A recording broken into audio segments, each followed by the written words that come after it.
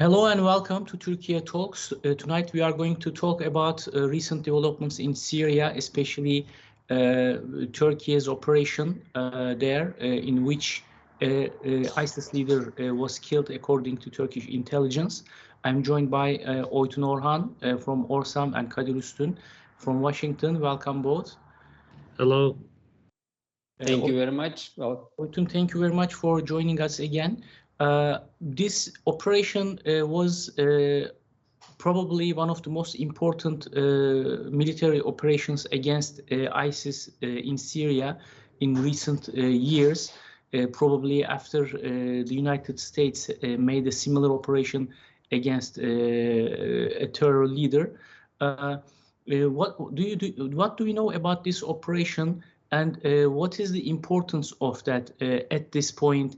When we think about recent Turkish-Syrian communication, the situation in the field, we know that you are covering Syria for the last 10-11 years. Whole civil war is your area of expertise. So how do you evaluate this operation? Thank you very much, Bora. First of all, the SNA, Syrian opposition, just before the official statement of the killing of the ISIS leader, made a statement that there is an ongoing secret operation in Afrin. So depending on that, we could say that Turkish intelligence cooperated with the Syrian National Army and the local entities in this operation. So in general terms, we could say that that is a success of the Turkish intelligence in coordination with the Syrian National Army. Previously, as you said, that the US has conducted similar operations against ISIS leaders, which were also hidden in Turkish Idlib area, which is under control of HDS, and also other opposition controlled areas. But even in those operations, most probably the local entities has provided intelligence to US. So depending on that, US has also conducted similar operations to ISIS leaders. So in general, we could say that the ISIS leaders, killing of ISIS leader in this area is an intelligence success of Turkish side, including the Syrian opposition. Since Baghdadi was eliminated by US forces, the ISIS is trying to secret its leaders, and it is not capable of controlling territories in Syria and also in Iraq. So in that regard, ISIS is trying to show itself when there is a kind of gap in those areas. So it is in a declining process. So the killing of the ISIS leader, the current leader, will also be a blow against ISIS strength in the region. So ISIS has become a security threat rather than a strategic threat. You know that US is in the region and in coordination with YPG, PKK, with an argument that they are fighting against ISIS, but ISIS is not a strategic threat anymore. ISIS had become a security threat, and also Turkey with such operations shows that it is capable of dealing with this threat. So US alliance with YPG has no means. So in that regard, this operation also shows that US and Western arguments that fight against ISIS and cooperation with YPG is needed is not valid anymore. Do you agree with that, Kadir? You know, since the American involvement in Syria, one of the reasons, as Oytun mentioned, was fighting against ISIS. Same reasoning came from the Russians as well. In September 30th of 2015, when they started their military operations, they also said, you know, they would fight against ISIS.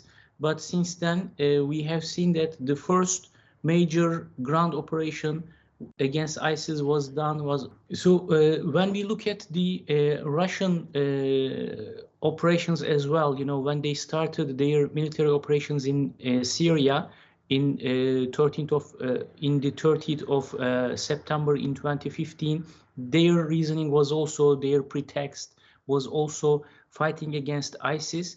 But when we look at the last 5-6 years, actually, we have seen that the first major ground operation against ISIS was executed by Turkish military forces, and also, you know, Turkey, as you better know, did lots of operations against this organization. So, Kadir, do you think that the United States and other countries will accept Turkey's success in this, or there will be continuation of criticisms and, you know, this YPG policy of the US? Do you think this operation killing of this ISIS leader will have an impact which will lead a policy change? Well, because the differences between the United States and Turkey in northern Syria are too large, I don't expect some sort of major, you know, kind of realignment, to be honest. We've seen that the reaction to the killing of Qurayshi was rather muted, and you know, Washington said they did appreciate, you know, Turkey's efforts, but on the big items, they diverge. They don't agree with on the overall Syria policy. Turkey has a very difficult time with American policy of supporting YPG against ISIS, and I think this operation actually shows that Turkey is very capable and on the ground capable of conducting major operations against terror organizations, and not just against YPG and PKK. And, you know, when the United States allied with the YPG on the ground to, you know, conduct operations against ISIS in several Syrian cities, Turkey actually came up with some plans where the United States could work with Turkey instead of the YPG. But CENTCOM did not really want that. They had already drawn up their plans, and they said that kind of coordination would delay the process. Remember the Raqqa operation, among others. So there's a major sort of dissonance between the two allies, two NATO allies, on Syria. But you know, we often forget that since Turkey is very much focused on the PKK YPG, we often forget, or you know, the media doesn't quite pay attention to the fact that Turkey also conducts operations against ISIS inside Turkey and around the region as well. Just before this operation, I think it was a couple weeks ago, that they rounded up a bunch of, you know, militants inside Turkey, and this regularly happens actually. So it's not like Turkey is you know, finds PKK a threat but not ISIS. That's not true, and we see Turkish security forces constantly conducting operations inside Turkey and across the border in Syria. But of course, you know, if the, you know, what would be fitting for two NATO allies would have been that, you know, the two would kind of talk about this in a much louder voice and try to align their policies and try to work on the ground against PKK and ISIS, against terror groups who often threaten stability on the ground. You know, in situation in Idlib is not that good, right? It's been that way for several years, and there's always the chance of further instability and outpouring of refugees. So Turkey on the diplomatic level has been trying to create some sort of momentum by agreeing to meet with, Syrian government's Assad regime's security officials. There have been two major meetings in Moscow, and they're also trying to do their best by, talking to Iranians, talking to Russians, to keep things calm and under control in northern Syria, but at the same time, fighting against terror groups is part of it. One would wish that the coordination with the United States and strategizing together would, happened more robustly, but that's not happening, and that's a shame, of course. But I think Turkey has shown once again that it's very capable, of doing things on the ground, and it has really strong intelligence, like Oytun said, deep inside Syria, and it has capabilities, assets, and they are going to use that in the name of, protecting Turkish national interests. So when, also remember when Turkey entered Syria, they didn't just fight PKK, YPG in northern Syria. They fought ISIS. They actually took action against ISIS, who was holding several, points along the border. They had started running the border gates, some of them at least, one or two, I don't remember exactly, but so they were all the way up against Turkish borders, and that's not the reality, and Turkey wants to keep it that way. But I think from the question you asked about the United States, unfortunately, that central problem remains regarding the PKK and YPG.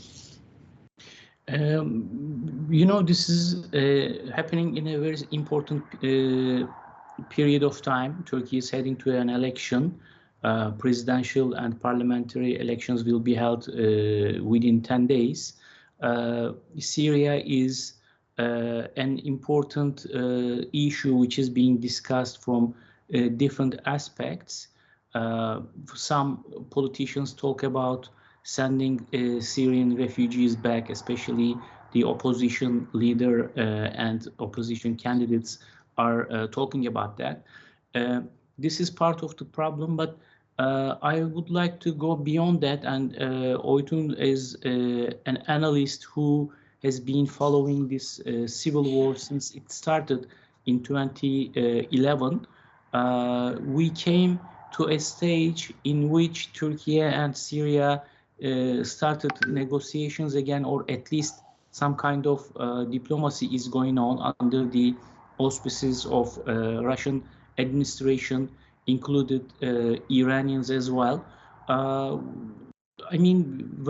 you see when you look beyond the elections, and what kind of expectations should we have when it comes to Turkey's Syria policy after the elections? What do you expect? Do you expect a quick recovery in relations with the President Erdogan, or if there is another scenario, what should we expect actually? Yeah, first of all, we should not expect a quick recovery. We should admit that the problems between Ankara and Damascus is much more complicated than the ones between Ankara and Abu Dhabi or Tel Aviv. So this process will be a tough one. There are huge challenges, so it is going to be a long-term process. We should admit that. Before coming to that, I think the change in the nature of the relationship between Ankara and Damascus had already started since 2015 and 16, because the dynamics on the ground in Syria was already changing at that moment, and the Turkish priorities in Syria was also changing. Turkey was mostly focusing on Damascus and also pressure on Assad regime to give up its rule. But depending on the changing nature of the Syrian conflict, Turkey also made a shift in its Syria policy. And we know that the Syria conflict had evolved into a deep civil war, and the security risks had become a prominent priority in Turkish Syria policy. Border security, the rise of radicalism, flow of refugees, which reached to a critical number, the rise of also terror groups which claimed sovereignty on Turkish border areas. So depending on these new realities, Turkey started to make a shift in its policy, which was also expected by everyone. So in that regard, we already observe a shift since 2015 and 16. Turkey was cooperating with its regional allies like Gulf and also Western allies in Syria crisis. But after 2015, we saw that Turkey coordinated its efforts in Syria with regional parties like Iran and also Russia. Not cooperated, but coordinated. So this shift was already there. The Astana process is already a shift, and the unseen partner of this process was the Assad. So the Iranian side and Russians were there as a guarantor of the Syrian regime. So in that regard, this process was already going on. So as a result of that, now we observe that Turkey, with Russian mediation, is directly in talks with Syria. Should we expect a quick solution and result similar to the other normalization process in the region? Of course not. The problems are too much complicated. There is a huge distrust between Ankara and Damascus. So it is really hard to implement the trust-building measures between these two entities. Apart from that, these two actors are fighting each other on the ground. I mean, in Idlib, in other areas, they are in hot conflict. So it is really hard, again, to solve those problems. And also, Turkey is hosting more than maybe 3.5 million Syrians in Turkey, but also including the ones in the Turkish-controlled areas. Turkey is looking after maybe 7-8 million Syrians. So in that regard, the problems are much more complicated. It is really hard to solve. We should not expect a quick solution. These are the challenges. But apart from that, there are reasons that these two actors should come together in the region to fight against terrorism, to protect this sovereignty and also national unity and territorial integrity of Syria. Depending on those principles, which are very sensitive issues, both for Ankara and Damascus, these two need to come together to fight against terrorism. In the auspices of Russia, as you said, Ankara and Damascus were in touch between intelligence agencies. These negotiations didn't reach to a solution because of the distrust and also the deep problems between each other. But as all we know, there is a political will and diplomatic will between these two entities to reach a solution. So in that regard, direct negotiations had already started. Apart from the intelligence agencies, the defense ministers of two countries, including the Russians, in Moscow meet each other. Afterwards, the deputy ministers of foreign ministry met each other, and accordingly, the defense minister met again. And it is acknowledged that the foreign ministers of two countries including the Russian and Iranian foreign ministers, will meet in Moscow in the coming week. So this is a huge step. Still, there are huge challenges to reach a solution in Syria. But I think depending on the interests, like preserving the territorial integrity of Syria and political unity of Syria and fight against YPG, PKK and other al-Qaeda affiliated terror groups, there is a way to cooperate between these two entities under the mediation of the Russian and Iranian guarantorship. Well, this is a very important issue, but I wonder how much it is reflected to the US.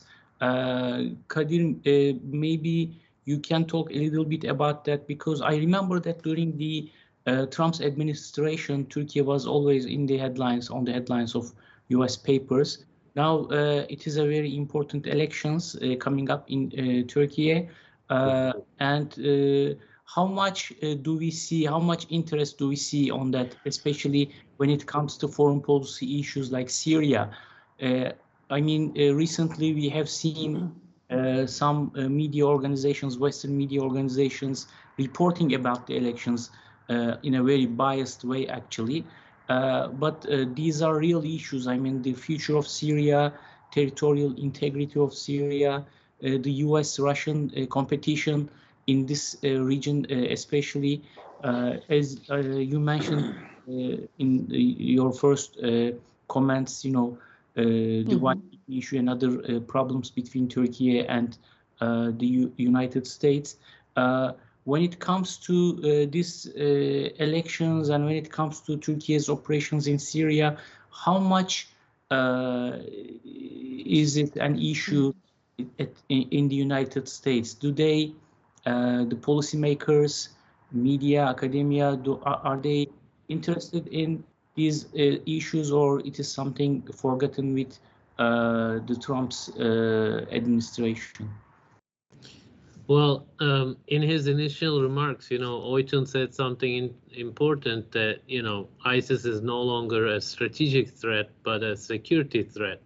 So because of that, and because of the lack of overall Syria policy, and then because of the fact that there's no real Middle East policy by the Biden administration, we are seeing very, very little attention being paid to the region in general.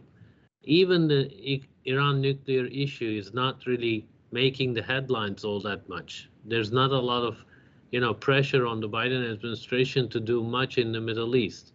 And that has been a trend, actually, since, you know, Obama's time. Obama didn't want to be involved in Syria, even Libya. He retroactively, he said, you know, he was kind of pulled into it, and reports showed that he didn't want to get involved.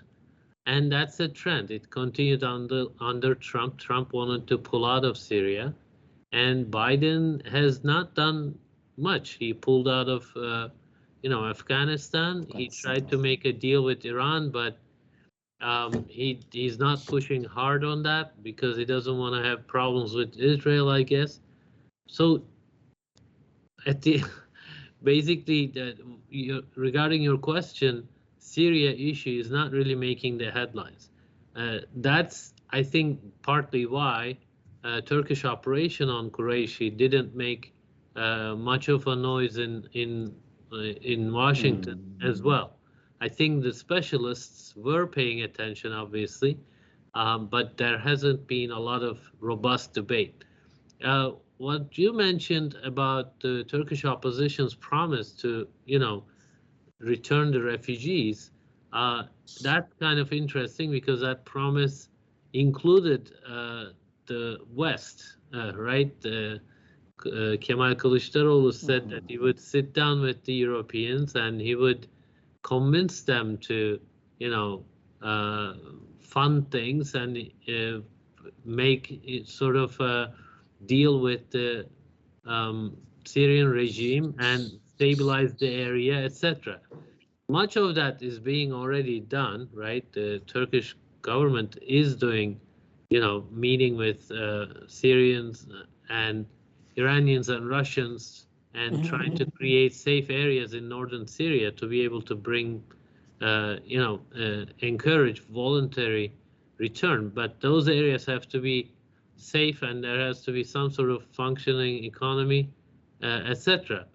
And those are the things that any administration, Turkish administration, I should say, after the elections will need to do. So it's not like they can push a button and send millions of refugees back to Syria.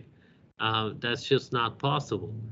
But without having a serious debate and discussion with the Europeans and the West in general, and making a promise about bringing about some sort of political solution or some sort of political deal, and that's it's electioneering. We understand that, right? You make promises for the future, but we haven't seen any officials from the European countries who are supporting that idea or somehow discussing this. So it remains like an election promise without much substance at this point. But at the end of the day, what will need to happen for the Turkish government, I think it will be the same thing, basically ensuring Turkish border security, ensuring stability in northern Syria, and trying to get a political deal with the major players so that refugees can return to some safe areas, and then or the Assad regime would have to promise that they won't attack them, and then of course Turkey will continue to fight against PKK or YPG. So what this tells me, basically, if somehow Kılıçdaroğlu were elected, he's going to have to pursue the same policies that are currently underway, and we'll see how effectively he can do that. But inside Turkey, this is a major discussion, and it is part of the election campaign season. Both sides are either promising or doing the same thing. So the United States going forward, or the Europeans, will have to reckon with the fact that Turkey has certain interests, and they will continue to pursue those interests in the same way. Well, we talk about Syria and recent developments, especially the killing of ISIS leader. But before we close, I'd like to ask Oytun the question. You follow the Arab world very well, and you actually meet with people, academicians, experts from the Arab world frequently. What is their reaction to Turkey's elections? How much are they interested in? What kind of questions they ask, what they want to know about it when as we have only 10 days to go. Well, before that broadcast, I was also live on an Arab channel. They are highly interested with the Turkish elections, so they are also aware that in the case of a change in Turkey, in Turkish government, this will highly affect the Turkish foreign policy, including the Middle East. So in that regard, they are closely following Turkish elections. But I think there is a misperception in that regard regarding Turkish foreign policies, similar to what Kadir Ustun said about Turkey's Syria policy. Similar to that, I expect a continuation in Turkey's foreign policy rather than a critical change, because everybody thinks that if there is a government change in Turkey, this will create a critical change in Turkish Middle East policies in Syria, and also between East and West, between US and Russia, in Ukraine, there will be a critical change. But I think, as I said, regardless of the governments in Turkey, I expect a continuation. So in that regard, the Arab countries wants to realize how Turkish policies in Syria will be affected, whether the Turkish normalization in the region with Gulf countries and also with Syria will continue, and also how the Turkish normalization with Israel will be affected, and also Turkish balanced policy between East and West will be changed or not.